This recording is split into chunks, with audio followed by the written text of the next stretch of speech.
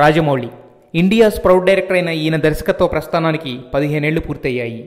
Student number 1 to Baahubali 2 ఈ journey గురించి అనేక విషయాలు పంచుకున్న జక్కన్న ముఖ్యంగా తన ఫస్ట్ మూవీ హీరో అయిన ఎన్టీఆర్ గురించి, స్టూడెంట్ నెంబర్ 1 గురించి అనేక ఆసక్తికరమైన విషయాలు చెప్పాడు.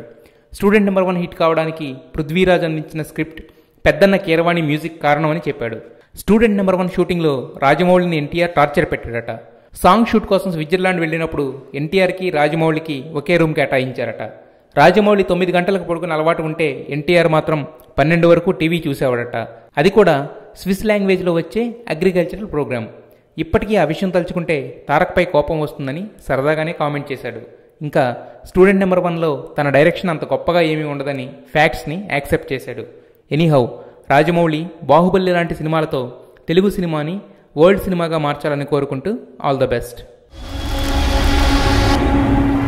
ఆఫ్టర్ ఆల్ 8 సంపాదించేవాడికి ఎవరు పిల్లనిస్తారు? మహానగరం, ఏసీ రూమ్లో ఉద్యోగం, 25,000 జీతం అంటే వాడి లెవెలే మారిపోతుంది. నువ్వు కాలేజ్లో ప్రపోజ్ చేసినప్పుడు నాకు ఇష్టం లేదని చెప్పేశాను. ఎన్నాళ్ళ నేను ఊపి పట్టగలను?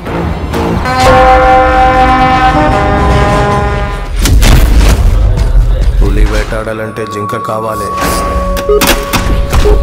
జింక కాలింగ్ పులి.